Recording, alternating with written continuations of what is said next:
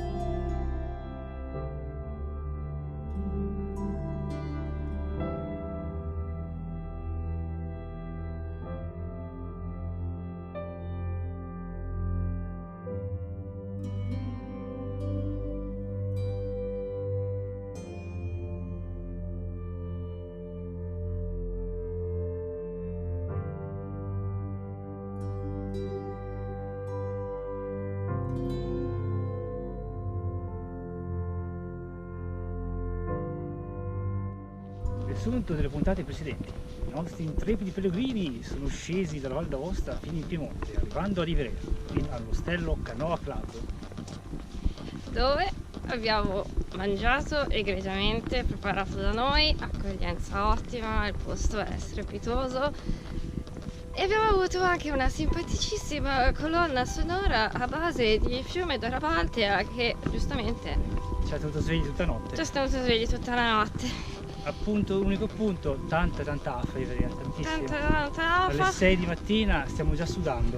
Si sta sudando da fermi, quindi immaginate come possiamo essere adesso.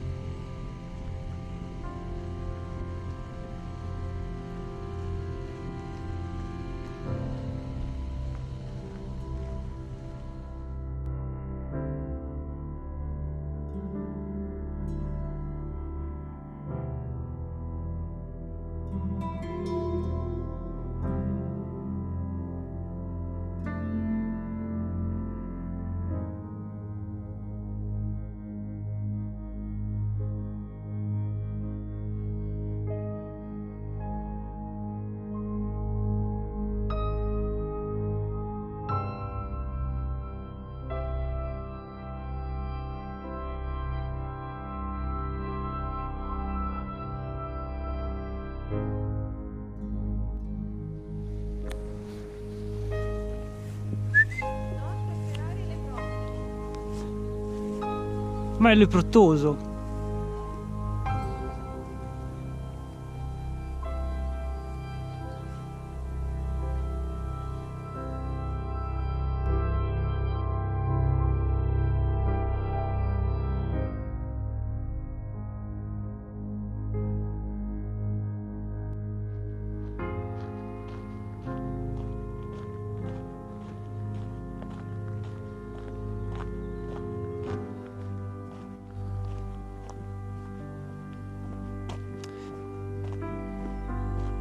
Mm.